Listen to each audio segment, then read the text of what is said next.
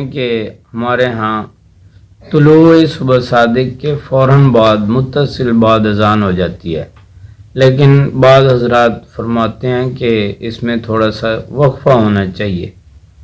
تو اس کی تفصیل بتلا دیجئے کہ وقت داخل ہونے کے متصل بعد اذان ہونی چاہیے یا تھوڑا سا وقفہ ہونا چاہیے۔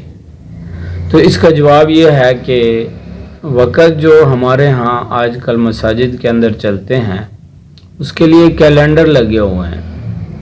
کیلنڈر کے اندر، اور وہ کیلنڈر جو ہیں وہ کوئی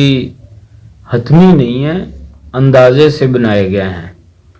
اور اسی طرح جو ہماری مساجد کے اندر گھڑیاں استعمال ہو رہی ہیں ان کے وقت کے اندر بھی جو ہے وہ فرق ہو سکتا ہے، تو اس لیے حضرات فقہائے کرام نے فرمایا ہے کہ احتیاط اسی کے اندر ہے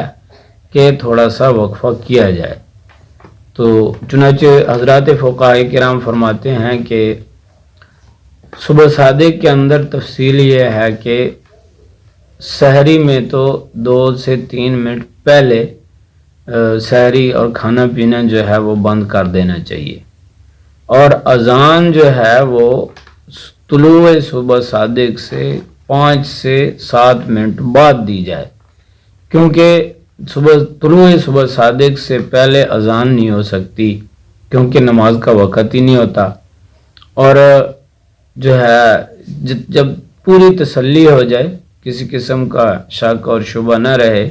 کہ صبح طلوع ہو چکی ہے، اس کے بعد جو ہے وہ اذان پڑھی جائے۔ اس لیے حضرات فقہائے کرام فرماتے ہیں کہ طلوع صبح صادق کے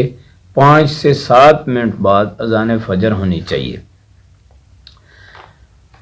اب باقی نمازوں کا مسئلہ، باقی نمازوں میں یہ ہے کہ باقی نمازوں کے اندر بھی احتیاط کی جائے، یعنی وقت داخل ہونے کے کم سے کم 2 سے 3 منٹ بعد جو ہے وہ اذان پڑھی جائے۔ اس طرح مغرب کے اندر بھی، مغرب میں روزہ افطار کرنا ہے تو جو وقت لکھا ہوا ہے کیلنڈر کے اندر اس میں کم سے کم 2 منٹ کی احتیاط کر کے 2 منٹ کی تاخیر سے روزہ افطار کیا جائے۔ اگر روزہ نہیں رکھنا، ویسے عام دنوں کے اندر اذان پڑھنی ہے تو اذان کے اندر بھی یہ احتیاط لازمی کی جائے کہ غروب کا جو ٹائم کیلنڈر کے اندر لکھا ہوا ہے اس سے 2 سے 3 منٹ جو ہے وہ احتیاط کر کے اس کے بعد اذان پڑھی جائے۔